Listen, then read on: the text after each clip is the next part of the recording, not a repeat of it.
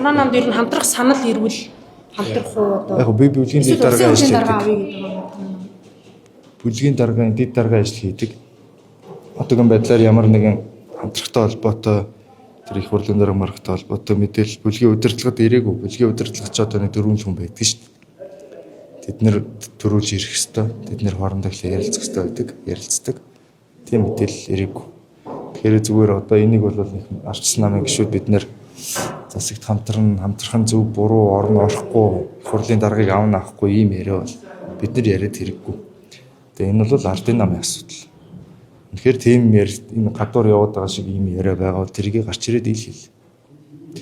Манай нам бол одоо ингэ тангаараа засаглах цааштай боломжгүй болчлоо. Манай намын дотоод авилгачд нь ингэ хоорондоо байлдаад засаг төр цаашаа доктортой хүндрэлтэй болчлоо. Тийм учраас ард түмнээсээ бид нар дэмжлэг хүсэж байна. Арчсан намаасаа бид нар дэмжлэг хүсэж байна. Энэ төр гээд үнэн л. Эхлээд хамтрая гэх юм бол танах бол хамтралыг үлдээ. Эхлээд тэд нарыг хилүүлэх хэрэгтэй. Одоо хөөрхөө ингээд олддгоор нь арчсан намын хэдэн гişүүдтэй олддгоор нь арчсан намын бүлгийн хэдэн удирдлагал ингээд хөөрхөө таралдаал ингээд яриад байл та нээлттэй байдлыг эрхмэлдэг учраас. Ардын намын бүлэг, ардын намын баг хурлын гişүүд энэ төр хэлэх хэрэгтэй. Ардын намын дарга нар нь хэлэх хэрэгтэй. Яг тэд нар чи ирэх барьж байгаа байхгүй.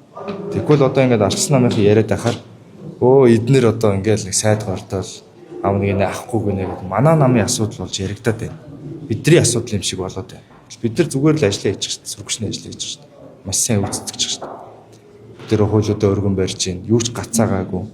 Нам харгалцахгүй, намчрахгүйгээр хамтраад хуулиуд дэслүүдээ өргөн бариад өнөөдөр их хурлын тухай, дэгийн тухайлуудаа оруулж ирж чадчихээн тий. Бид нар бол ажиллаа сайн хийж болоод байна. Үнэхээр ингээд засгийн асуудал хөндөж ярьж байгаа бол ардын намын өөрсдийнх нь асуудал олох юм чинь. Тэгэхээр эхлээд бид нар бас байр суурийг авах хэрэгтэй. Би бол тэднийг юм хэлтэл наан төрүүлж юм дуурахгүй гэдэг байр суурь.